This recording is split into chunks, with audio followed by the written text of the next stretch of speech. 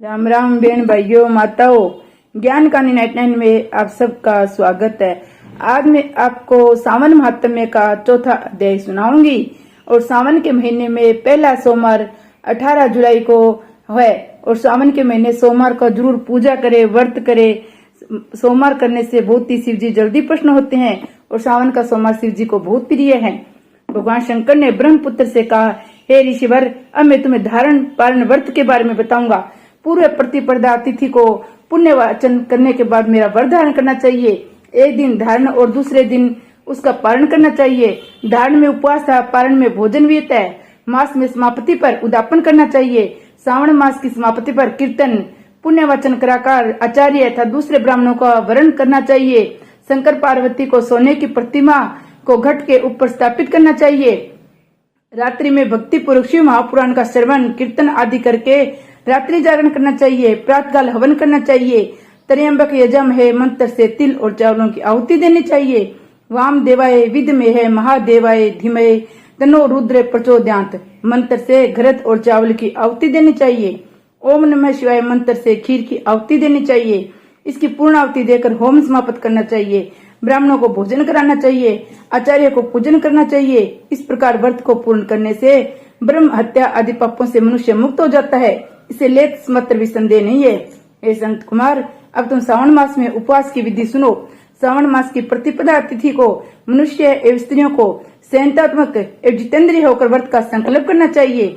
अमावस्या के दिन लोगों को वर्षध्वज भगवान महादेव का षोडशोपचार विधि से पूजन करना चाहिए। ब्राह्मणों को वस्त्र अलंकार देकर उनका पूजन करना चाहिए। उनके भोजन कराकर दक्षिणा देकर हाथ जोड़कर विदा करनी चाहिए। इस तरह मास उपवास का व्रत मुझे प्रीतिदायक है।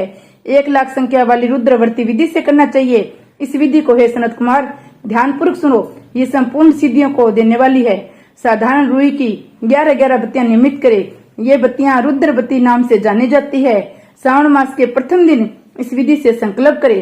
श्रावण मास में देवों के देव महादेव है। मैं भक्ति पूर्वक गौरीश के 1,00,000 बत्तियों से आरती करूंगा।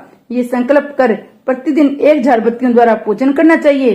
व्रत की समाप्ति पर 71,000 बत्तियों से आरती करनी चाहिए। प्रतिदिन 3,000 बत्तियों से आरती कर अंतिम दिन 13,000 बत्तियों से आरती करनी चाहिए या एक ही दिन में 1,00,000 बत्तियों से आरती करनी चाहिए। ये बत्तियां मुझे सबसे अधिक प्रिय है। इनको शुद्ध घी से प्रज्वलित करना चाहिए। इसके बाद सदाशिव का पूजन करके कथा सुननी चाहिए। सनत कुमार भगवान रुद्र से बोले, हे महादेव, मुझे अब आप ये बताने का कष्ट करें कि इस व्रत का क्या प्रभाव है, इस व्रत को किसने किया और इस व्रत के उद्यापन की विधि क्या है। ये सब बातें मुझसे विस्तार पूर्वक कहिए। भगवान शिव ब्रह्मपुत्र सनत कुमार से बोले, तुमने जो मुझसे पूछा है उसको मैं तुम्हें बताता हूँ। ध्यान पूर्वक सुनो। ये व्रत सब व्रतों में श्रेष्ठ और महान पुण्य प्रदान करने वाला है। संपूर्ण उपद्रवों का नाश करने वाला है। ये व्रत पुत्र पौत्र सौभाग्य को प्रदान करने वाला माना जाता है। सत्य तो यह है कि तीनों लोकों में रुद्रवर्ती जैसा दूसरा कोई भी व्रत नहीं है। उसके संबंध में मैं तुम्हें एक कथा सुनाता हूँ। क्षिप्रा नदी के किनारे उज्जैनी नाम की एक सुंदर नगरी है। उस नगर में सुगंधा नाम की एक अत्यंत सुंदर वेश्या रहती थी। उस वेश्या ने कई युवा पुरुषों और ब्राह्मणों के धर्म भ्रष्ट किए। बार बार बहुत से राजाओं और राजकुमारों को बिगाड़ा। इस प्रकार उसने अनेकों व्यक्तियों को बुरी तरह से लूटा और लूटने के बाद धक्के देकर घर से बाहर निकाल दिया। अब वे सम्मानित होकर नागरिक श्रम के मारे किसी को अपना मुंह तक नहीं दिखा सकते थे।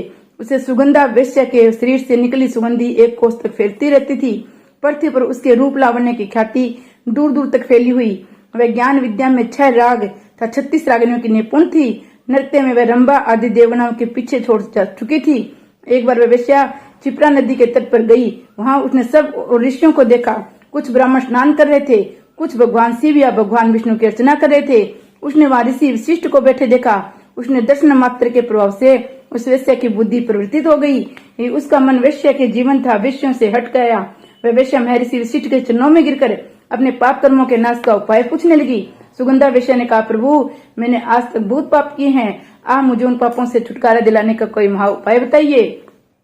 महर्षि वशिष्ठ जी उस वेश्या की बात सुनकर बोले, तुम मेरी बात ध्यानपूर्वक सुनो। तेरे पापों का नाश जिस पुण्य के करने से होगा वह सब तुम्हें उपाय बताता हूँ। तू वाराणसी में जाकर रुद्रवती नामक व्रत को कर। ये व्रत महान पुण्य देने वाला, श्री शंकर की भक्ति में मन को लगाने वाला है। इस व्रत के करने से तुम्हारी सदगति हो सकती है। महर्षि वशिष्ठ जी के वचन सुनकर वह सुगंधा नामक वेश्या अपना खजाना नौकरों और मित्रों को देकर वाराणसी चली गई। उसने महर्षि वशिष्ठ जी द्वारा बताए व्रत की विधि विधान सहित किया, जिसके फलस्वरूप वेश्या पंचभौतिक शरीर को त्याग कर भगवान शंकर के शरीर में विलीन हो गई। जो भी स्त्री इस व्रत को जिस इच्छा से करती है वह अवश्य पूरी होती है। हे सनत कुमार, अब तुम मणिक व्रतियों को महत्व में सुनो। मणिक व्रतियों का व्रत करने से स्त्री मेरे अर्धासन की भागीदार बन जाती है। वह स्त्री महापर्यंतक मेरे प्रिय होकर निवास करती है। अब मैं तुम्हें इस व्रत की पूर्ति के लिए इसकी व्रतो उदापन विधि बताता हूँ। इस व्रत को करने वाली स्त्री पार्वती सहित शंकर की प्रतिमा स्थापित करे। शिव पार्वती की प्रतिमा स्वर्ण की बनी होनी चाहिए तथा वृषभ की प्रतिमा चांदी की बनी होनी चाहिए। यथा विधि पूजन करके रात्रि जागरण करे, प्रातः काल नदी में जाकर स्नान करे, भक्ति पूर्वक आचार्य का वर्ण करे और 11 ब्राह्मणों के द्वारा घी पाए से बेलपत्रों से हवन करना चाहिए अथवा रुद्र सूक्त, रुद्र गायत्री एवं मूल मंत्र द्वारा हवन कराना चाहिए। पूर्णाहुति कर आचार्य आदि की पूजा करके 11 ब्राह्मणों को जोड़े सहित भोजन कराना चाहिए। इस प्रकार जो भी स्त्री व्रत पूरा करती है वह संपूर्ण पापों से मुक्त हो जाती है। स्थापित सामग्री घट, शिव पार्वती प्रतिमा आदि आचार्य को समर्पित करनी चाहिए। इस व्रत को करने वाली स्त्री एवं उसके पति को 1000 अश्वमेध के फल की प्राप्ति होती है। श्री शंकर भगवान की जय। ओम नमः शिवाय मंत्र से भगवान का जल अभिषेक करे।